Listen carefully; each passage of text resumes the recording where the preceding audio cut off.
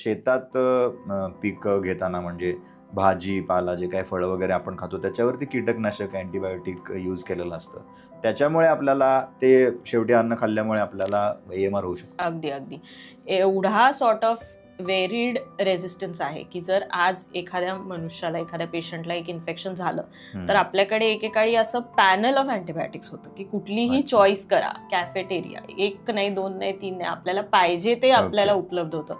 आज आपली परिस्थिती अशी आहे की आपल्याला एक सुद्धा अवेलेबल नाही आणि जे अवेलेबल आहे ते एक तर चालू शकत नाही, आपल्या किडण्यांमुळे ते आपल्यावर काम करणार नाही, अशी परिस्थिती आहे. सो जसं तुम्ही म्हटला की शेतात जे भाज्याच्यावर अँटीबायोटिक्स किंवा लाईफ स्टॉक मध्ये जसं पोल्ट्री किंवा एग्स मध्ये किंवा चिकन याच्यामध्ये अँटीबायोटिक्स, ह्या सगळ्यामुळे AMR ला खूपच त्याचं प्रोत्साहन होतंय. कारण ऑलरेडी अननेसेसरी अँटीबायोटिक्स आपल्या पोटात म्हणजे आपल्या नकळत जातात. So anyways bacteria know what we have, त्यांना ऑलरेडीच माहिती आहे आपल्याकडे काय.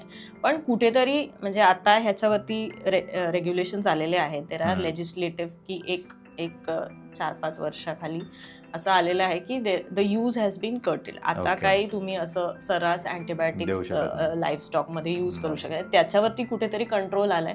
पण तो सेम काइंड ऑफ लेजिस्लेशन अजून ह्युमन यूज मध्ये इम्प्लिमेंटेड नाही.